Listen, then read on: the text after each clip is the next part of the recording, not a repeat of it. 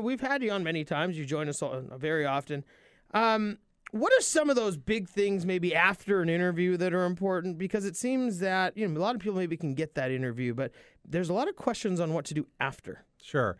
Yeah, and it's important to remember that, the tools that you use for in the whole job searching process, and that the game isn't over, once you've gotten that interview and interviewed. The tendency sometimes is to be so relieved. Oh, I'm so glad I got this interview for this job that I'm really interested in.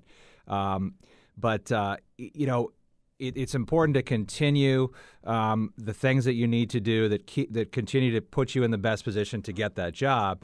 And one of those, I get asked about this frequently, and people ask me, should I send a thank you letter or should I send a thank you note? And the answer to that question is absolutely. In every single case, you should do it. And then, of course, there's inevitably follow-up questions on, how should I do it? What type of, should it be a note or a letter? Should I handwrite it? Should I type it? Should I send it electronically? Should I snail mail it? It's amazing on one little pretty detailed element of the job search. There can be so many questions and it can be so detailed.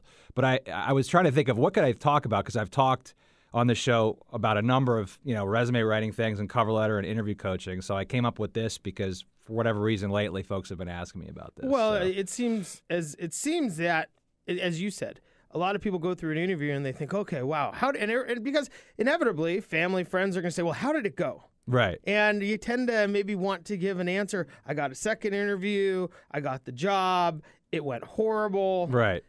And without necessarily realizing those next steps. So, sure. So should people write a thank you note? They absolutely should. And it should be a note, or should it be on type? It's probably advisable to type it out and make it look as professional, because it's a professional interaction. And being professional in any way that you can is an important thing to do. Some people might say, oh, isn't it more personal to write a handwritten note? The problem with that is perhaps 10, 15, 20 years ago, the answer to that may have been yes, for the simple reason that a thank you note or letter after an interview was not quite the marketing piece that it should be used as today. It was more of, hey, thanks for talking to me. I look forward to hearing back from you. It was more of a fluff piece of writing that was really a formality.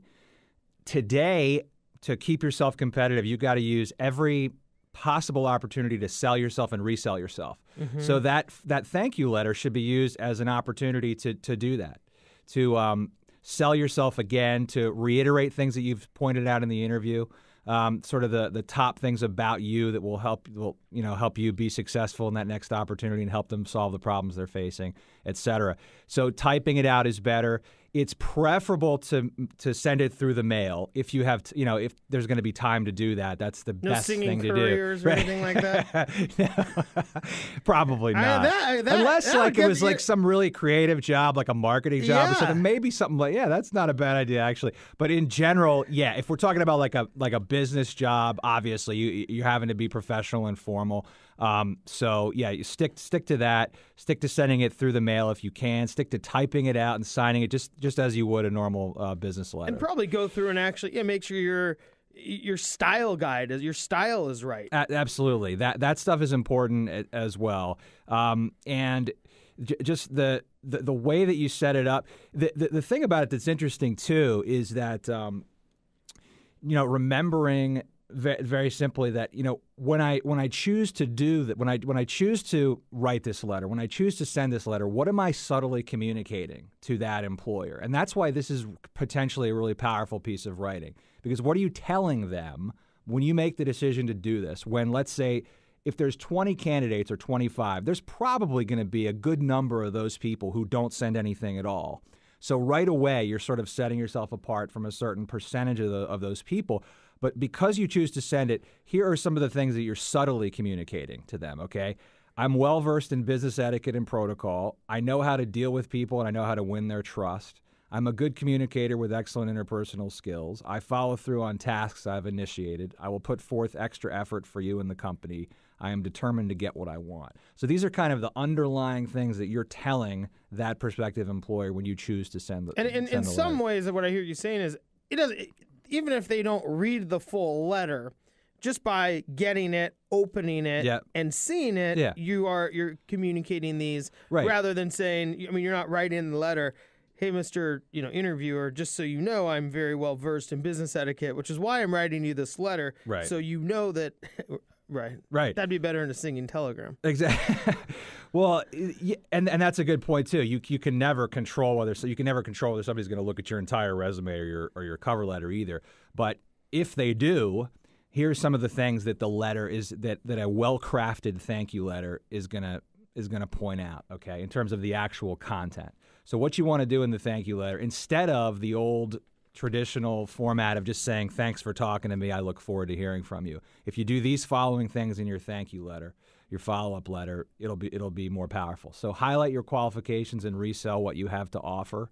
You can use it as an opportunity to communicate some new information if you choose to do that. You can respond to any objections that might have happened during the interview. So this is a great, like if there was any doubt about whatever, some area of knowledge or something like that, you can address that.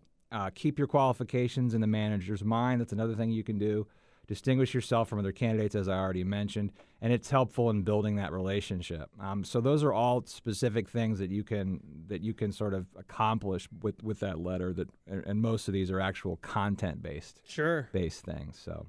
It seems, especially with one about keeping your qualifications in the manager's mind. I mean, I've interviewed people, but you tend to go through, and a lot of it's like, okay, does this jive at all? I mean, half an interview, at least from my standpoint, is does it jive? And you sometimes I guess in a highly technical job, certainly those technical pieces come out, but a lot of times it's, hey, it felt like it went really well. Just to remind you, I'm still on top of right. what the job is all about. Absolutely, and today with so many applicants, if they've interviewed a ton of people, if they're going to remember more that person that they've heard from last. And they're going to, if you're reselling your qualifications, they're going to read that and they're going to see that. It's going to remind them of something that you said or maybe some way in which you distinguish yourself from other candidates. Whereas if you don't send that, you're not giving yourself a chance to really do that effectively. How many pages should this be? And we talked about it being typed, but right. Is it just one page? Is it just one as note? brief as you possibly can while communicating the things that I just enumerated a second ago. That is my favorite writing that I think they miss in college, by the way. What? The brief writing. Right. They always, in college, like, write a 10-page paper. And my thought is always, well, if I could get it done in 2 pages and convey the same message, wouldn't that make more sense? Right, exactly. Right. So yeah, just like anything else, you want to try to be as succinct as you possibly can, and try to hit on the things that I just mentioned, or certainly as many of those as you can, because the more of those that you hit, the more effective it's going to be, and the more it's going to sort of move from being an almost meaningless piece of fluff writing that was just a formality into something that effectively resells what you have to offer and puts you out in front again. Kevin, it is great information. We just have about a minute left, Sure. and I want to ask you one more thing on that. So if you're writing this letter and there have been maybe questions that were asked of you that you didn't know in the interview, would this be a place to follow up with? Maybe, I know you asked me, question X, here's my answer. Sure. If you were unable to maybe formulate an answer within the meeting or within the interview? That would have to be kind of a judgment call, and that kind of falls under the communicating new information piece of it. If you feel like that there is something that you didn't address that you really feel is pertinent and that you believe is very important in the mind of the interviewer or the hiring manager, then you might bring that up. You don't necessarily want to point out the fact that you failed to answer a question, I guess, during the interview. Again, unless it's a piece of information that you feel like you can shed new light on it, or sort of, again, be able to sort of resell yourself or express the fact that you do, in fact, know about this topic and you'd be able to help them. Maybe you could throw an addendum in there, huh? Right, exactly, yeah. Well, Kevin, as always, great to see you. Happy that you got all of your Cyber Monday shopping done. All right. Even maybe before Cyber Monday. And stick around to the end of the show. We'll bring you back and chat with everybody. Hey, we have to go to break. Up next, Lisa Hampton will join us. We're going to discuss a little bit more about real estate, although you're probably not buying it online because it's probably not on sale just today. We'll be right